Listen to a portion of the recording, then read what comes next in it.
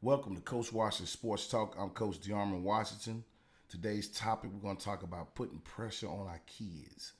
Do we want it or do they want it? Let's talk about it. I got a friend in Durham. I always talk about my friend, and he's been a little stressed about his son's performance on the football field. You know, he's heavily invested like all of us. He's heavily invested like all of us. So he just want to know, is his investment paying off?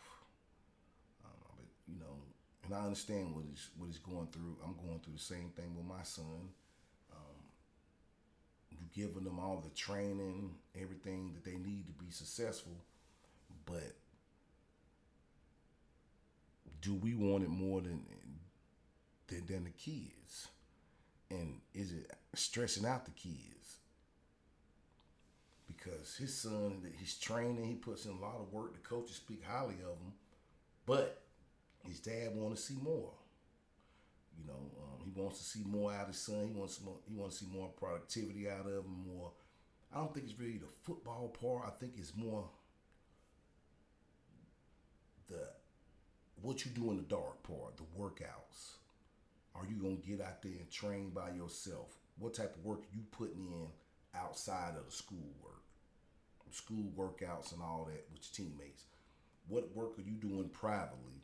And I think that's been getting the best of him because he really wants his son, to make his mark this year. He has the size. He's like 6'3". He's a nice sized kid.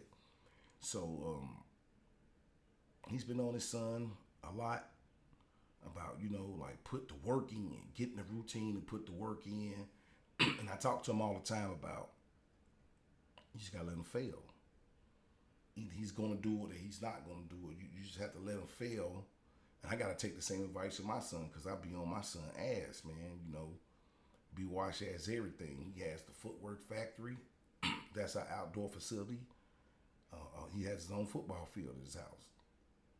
He has a squat and weight rack in the garage, a Vertimax machine, everything you need to be successful, cones, everything. But at some point in time, you gotta, he does work. He does do a lot of work. He does work on his own. I'm proud of that, but we got to do a little bit more work to get ready for middle school. So I be on him. I be on him hard, and I see that sometimes that could be stressful. Like my friend Don, I think sometimes as parents we are stressing out the kids. They know what they want to do. They have to find their rhythm and their pace. I talk to him all the time. We talk all the time about this. I just think we have to let them fail.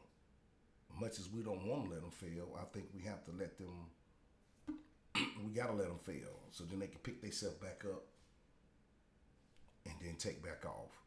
But in today's culture of athletics, how things are set up with these transfer portals and how they doing these high school kids now, and how they even treating these kids when they get to middle school to high school, they want everything ready made. Coaches don't seem to want to coach up as much. So you don't want them to really fail. They need to. They pick themselves up, but failure could be a 2 year setback, I think. But it has to happen because either you want the prize at the end or you don't. And I think as parents sometimes we're stressing our kids. We're stressing them out. We're putting too much pressure on them. But we're just being dads. Which they say they want to do this. They say they want to accomplish these goals, and as dads, we're doing what we're supposed to help you achieve your goal, getting you all the resources, everything you would need to be a successful person in school and in athletics. So we're getting them all these things. Maybe we're overcompensating. Maybe we're overcompensating. Maybe we're getting them too much, too many things, and we should just let them grind it out without it, without all the fancy cleats, without all the gloves, without all the extras. Maybe we should just grind it out that way because we're buying all these things and we're expecting these results, and we're getting the results, but you see the bigger picture. It's getting harder as you go. It's getting more tougher as you go along through the years. Kids are catching up with kids now with height, size, and speed. And I was talking to Coach Tins at Mallard Creek, and he was just saying how in football you don't have to have the best footwork. You could just be an athlete and dominate. You don't have to be the best footwork football player. You can have a kid that never played before. He's just an athlete. You give him an assignment, and he got the motor. He could take off and shine. Unlike other sports where it's all skills, like basketball, skills. Those skills to show. And football, I think, is more athleticism. You can have kids come out of nowhere and just be a better athlete than you. Just have a higher motor and can make more plays. Knowing this, that's why we be on our kids, and I think we stressing them out because all kids wanna, with their parents, they want to please their parents. They don't want to let their parents down, especially your dad. When you talking about sports, that's a bonding thing. I don't think kids want to let their dad down, so they go out here. We put the pressure on them, and they step up the par. Then we add extra pressure. Wanting to do a little bit more. But I don't think that's wrong. But sometimes it's a process. We always speak about the process, and I think sometimes as parents we try to skip steps, get further down the road than where the kid is at, and we putting stress on them. They already emotional nowadays, and the extra stress and burden of trying to please your parent and be this big time athlete when it should just be fun. You gotta have fun to do it. I seriously think you still gotta have fun to play the game. If it's not fun, you really don't want to do it. And that's how I'm seeing a lot of kids now getting burnt out. They don't want to do it. Too much pressure. Too much pressure. Too much expectations. They just can't go out there and do it their way and have fun. But on the flip side, as parents, we seeing what's going on in the world, and you're gonna have to change their process. We know you. We want you to have fun and do it and develop on your own, on your way, in your process. But with everything going on now, we gotta kind of adjust the process, adjust the steps. But I know I stress out my son, especially in basketball. I'm gonna use that as a prime example. Putting the pressure on him. I would like to see him score more points. I'm using him as an example, but that's not part of his game right now. He's a rebounding, defensive, pass the ball, get an assist type player. The offensive part, he can score some points. I think most points ever scored in the game was maybe 8-7 on the AAU circuit. So, but this is his first year playing, so I gotta have realistic, goals about where I want him to be, because I can't expect him, or I shouldn't expect him to go out there and score 15, 20 points. I think that's going to come later. He enjoys just being on the team, running the court, playing defense, getting the rebounds, getting the big assist. He wants to facilitate. Like I told him, you can't move to a guard position till you develop your handles. But I do put a lot of stress on him in the games. Like at first, when he first started, I was stressing him out. I know I was, because I was putting a lot of pressure on him to score. And then the reality was that's not his game. Maybe that'll come later. So I'm putting added stress on him, and he just really can't enjoy playing the sport. You have to enjoy it to become better, and he just can't enjoy it. So I had to start shutting the hell up and just being a number one fan and supporting. Like I tell my friend D, just support him, let him fail, man. Linemen take a little bit longer to develop. They do. Some of them take to like the 11th, 12th grade, and then they go to college. They still a little behind, but linemen, most linemen take a little bit longer to develop than any other players on the football field. Offensive linemen, because that's a strictly technique, position, hands, footwork. That's strictly technique, and I know his son. You know, I know his son probably feels it too. Because they had the talks about the extra stress. Just he just want to have fun, but Donald sees the bigger picture. Processes, like I said, processes change, and we got to pick it up. We got to move a little more faster because they're not recruiting like they used to. They're looking at you at a younger age, so you got to be doing certain things a little bit earlier in your development. We still have to develop, but certain things you got maybe have to do a little bit earlier. So, as parents, I think we just got to start letting the kids be kids, man. If they gonna make it, they gonna make it. I mean, you don't want your kids to fail, but at the end of the day, it's their lives. They play the sport. We don't. We just support and financially back them emotionally and physically, and we just fund them. We just back them. We're the financial backers. And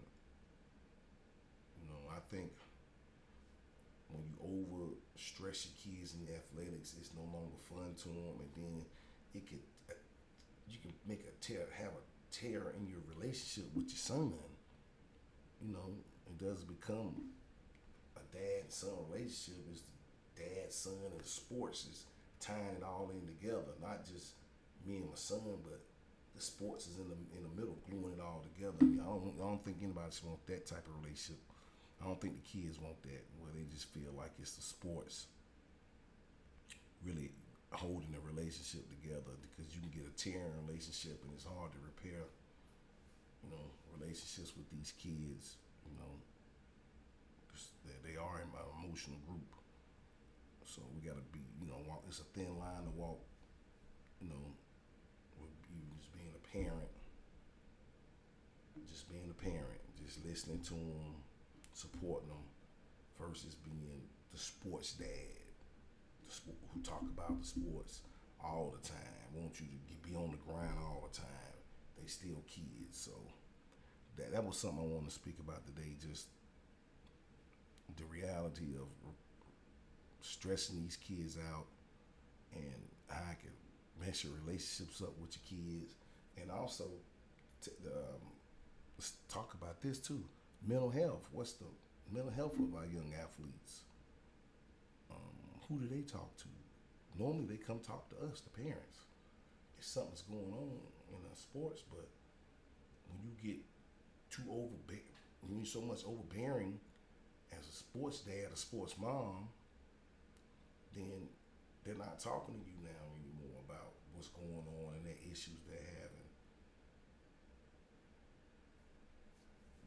They're not talking to us anymore. When you're overbearing, putting that stress on them, then they removing you from the other conversations. If anything's going wrong, they're not talking to you. So we got to think about the mental health of the athletes now. That's a lot to think about with these kids. They mental health, because I talked to a friend of mine, Graham. We were talking about kids and offers, and these kids are really stressed out when it comes to this recruiting process, waiting on these offers. If they don't have offers, putting in the work, seeing other young men or young ladies they know getting offers, and they feel they're on the same level or better, and they're not receiving them. And a lot of these kids act like they okay. But I've talked to two parents, and I know that's not true. These kids really be stressed out. So we have to check on our young athletes' mental health. That's a big one. We have to really be aware of our athletes' mental health. We sit back as a parent and observe, because part of that issue with the mental health is us being overbearing, wanting a lot from our kids, demanding. And I think that's going to have a significant effect on our kids' mental health. in your relationships with our athletes. So we have to be aware of that and just get back to the old father son, mother daughter, mother son conversations and remove the sports out of it. Just don't talk about the game or the sport on the way home in the car. Don't talk about it at the house or at the table for dinner. Once practice is over, practice is over. Let's go home. Let's talk about something else. And I think that'll have a better effect on our young athletes. You know, we have to take care of them mentally, physically. We have to take care of them. We do a lot of financial backing, taking care of them that way, but it's more to it than that. And like I was saying about my friend Don, you know, all this stuff is tying into his situation, my situation, other parents' situations I know who have young athletes trying to get those scholarships or have earned scholarships. Um, there's no handbook for this. There's no manual to say this is how you do it. We're just going along, riding the wave with our young athletes, but we do see certain things, but we need to try. We're trying to get them to see and understand. And sometimes with these kids, they just don't see it. They just right now they can't see what you see or understand what you see. But not to saying they won't come along, but we just gotta let them be kids, man. They 12 and 14 years old. We just gotta let them be, and so they can enjoy their youth, because they're getting to the last part of that pure youth, where they're just kids. Next thing is gonna be girls and all type of other stuff coming into play. Right now, just enjoy your athlete being young in their youth, and enjoy them as being kids, because when they get to middle school, high school, then they start to grow up. Then before you know it, they're in college, and then they're gone.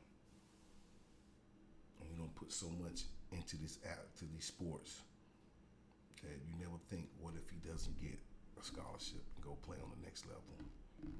What if you stress him out and he just quits and doesn't even play sports again?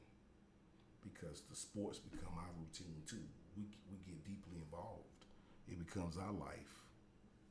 Going to practice, getting ready for the games, the people you meet at the games and practice, the other families you run into, the bonds you build. You know, it's a whole family structure that goes into this. You know, just it's a whole community in this athletic stuff. And what happens if he doesn't go to school and go to college? You know, your whole relationship been based off athletics, nothing but athletics. And if it don't happen, then what? He didn't go to school. Your relationship is broken. He doesn't speak to you too much because you were too overbearing. Put too much pressure on him. I don't think we want to do that. We should just sit back and chill and relax. Let them be kids and walk the path with them. Because we on their path. They're not on ours. So we should just walk the path with them. So that was something I wanted to talk about today. Just mental health and stressing out these kids and just, you know, just letting them be. I also like to talk about the good things I'm seeing over there at Butler High School. Off topic. They hired my man Philando Clark as the strength and conditioning coach. I see him really working the hell out of those kids. Those kids are going to be really in shape and strong. And then I see Justin Adams. That's impact speed. He got him in there. You know, he got him in there working out them kids. Them boys are going to be something else, man. That staff they put together is going to be something else. Mallard Creek, like I said, talked to Coach Tinsley. We're discussing his quarterback situation, how he's maturing, and how his program is going, relating to the middle school and bringing those kids over, and how his different classes are looking. And he probably needs one more receiver. And I think they'll have a great season.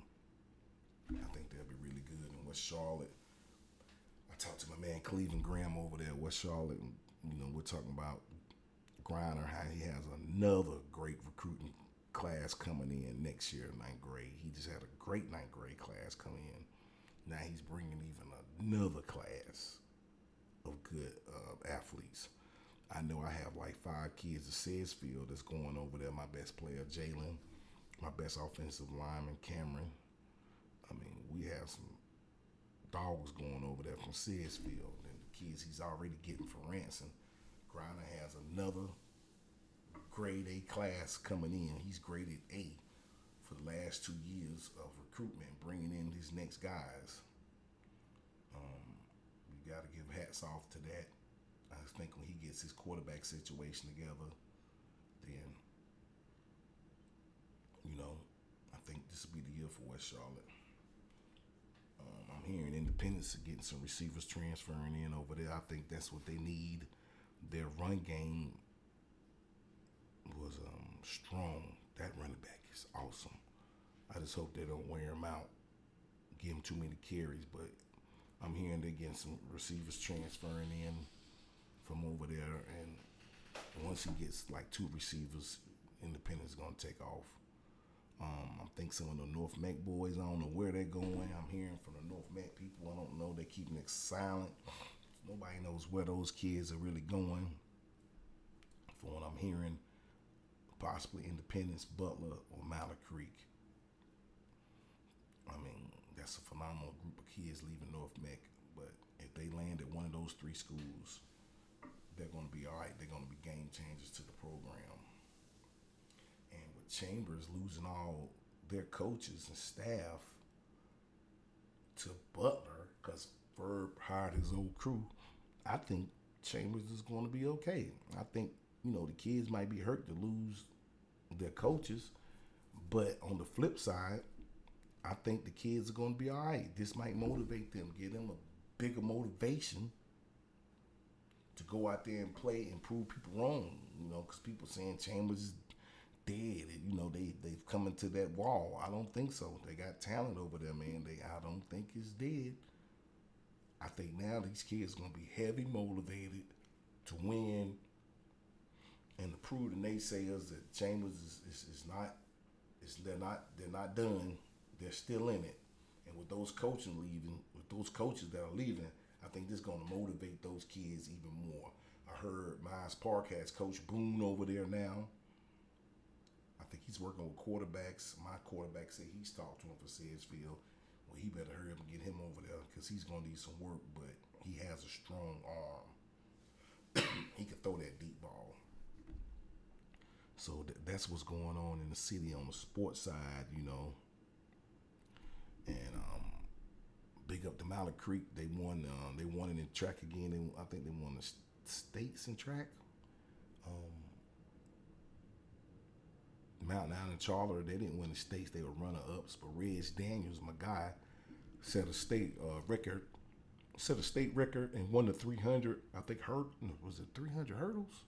I think Reg won and set the state record, and he's state champ now. So big up to Reg and Mountain Island. Even though they didn't win as a team, they took home individual goals in the relays, 4x1, 4x2, and Reg won in the hurdles. I think that's Coach first hurdle state champion. So big shout to Reg Daniels and Mallard Creek and everybody else who won state titles in track or team titles. So that's what's going on in Charlotte. And we had a great middle school elite camp. We had 100 kids out there. The camp was great. We had the best trainers, man. We had Akers, DBN, Greenwood receivers, Flando Clark with linebackers, John LaBille with those offensive linemen, Coach Kevin Watson with the D-line, Scoop Simmons with the running backs, Coach Tony did the quarterbacks. We put together all-star coaching staff for the middle school camp. It turned out to be great. Big ups to Xavier Lanier, operations manager, assistant camp director. He did a phenomenal job of setting the camp up and helped set up with the setup and just put the camp together as far as the combine stuff. We got some work to do with those cards. But anyway, the camp was great. Um, we were about to get into the one on ones when the sky just opened up on us. I mean, it opened up. We tried to stay out there as long as possible before I canceled it, but we had to cancel it. The sky opened up on us, so we're trying to reschedule that one on one portion of the camp so the kids can come back and showcase themselves and we can get an MVP. But we do have the awards. I have to announce that today too on Instagram. The winners of the 40. So we got two kids tied in the 8th grade for the fastest 40 yards. I don't know how I'm gonna do that. I don't know if I got to get another award, but we got two kids tied for the fastest 40 time in the 8th grade. But it's a holiday weekend coming up. Like I said, man, with our kids, we need to be more, be more attentive for what's going on with our kids, man. I know we want the best for them in these athletics and stuff like that, but we have to be attentive of everything else going on. We have to separate the athletic life from the home life. We really need to split that, and not trying to stress these kids out. And I'm talking about stress the kids out. I think we're stressing ourselves out more. I mean, it can really stress the parents out. I didn't cover that at the beginning, but I think the parents are getting stressed out because they're not seeing the reward they want to see, man. They spend a lot of money and investing with these kids, buying them, getting all these trainers, spending all this time, taking them to practice and workouts. And this stuff is not cheap. Believe me, these workouts are not cheap, man. $50 and above, $50 and above. And sometimes you're doing them 2 or 3 times a week. Then the equipment you have to buy. So I can understand why the parents are so stressed because you're financially invested. And like anybody, you don't want to lose your money. Even with your kids, you don't want to lose your money. So parents are stressing themselves out. Parents are, and that stress is translating over to these coaches, getting on the coaches. Because maybe your son is not where he's supposed to be, and you mad now at the coaches. Nobody wants to blame the athlete. I mean, the stress, this is a stressful game, man.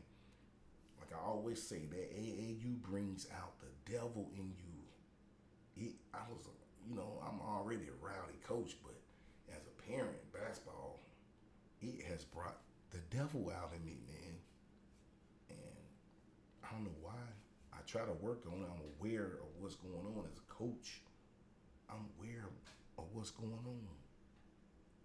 How I should be conducting myself. But as those games get going and you trying to see your kid do his best and fulfill his dreams because you know he can play a certain way and then you don't get it, man, it brings out the evil. It just brings out the evil in you. It does me, brings out the evil in me. But I've been aware and I'm working on it and I've been controlling myself. These last couple weeks I've been really controlling myself. So I'm gonna give myself an applause. I don't think my son would say I need an applause, but I think I've been doing a great job. Middle school 7-on-7 tournament is coming up June 8th. The first week of June 8th at J.M. Alexander. We're starting at 9 o'clock. As of now, we have 6 teams locked in. We need 2 more teams locked in to complete that. And it'll be an 8-team tournament, double game elimination. We have the WA Warriors, my team, out of Sayersfield. The Marauders out of Randolph. The care of the Charlotte Kings out of Almar Road. Bird Gang out of North Ridge. Who else? Oh, QC Bulls, which is Mountain Island Charter Middle School kids going to play up on the QC Bulls. Then you have the Devil Dogs. That's Coach Jet and Coach Booker and them over there at J.M. Alexander. They're playing up under the Devil Dogs. So right now we have 6 teams. I'm waiting to see Wilson Middle, Coolwood Middle. Maybe we get McClintock in. There's 2 more teams, and come check that out June 8th. Also, this right here was my birthday present. As you can see, man, this is one of the best birthday presents ever, man. That's Coach Wash, and that's Lil B Wash, man, representing the brand with the WA. That was a great present from my wife. I cherish that thing, man. I had to put it up. You know, I'm setting up my backdrops. I'm adding on to my podcast. I know I haven't dropped in about 2 weeks. I gotta stop doing that. But I be so busy getting ready for these camps and stuff. But it's still no excuse.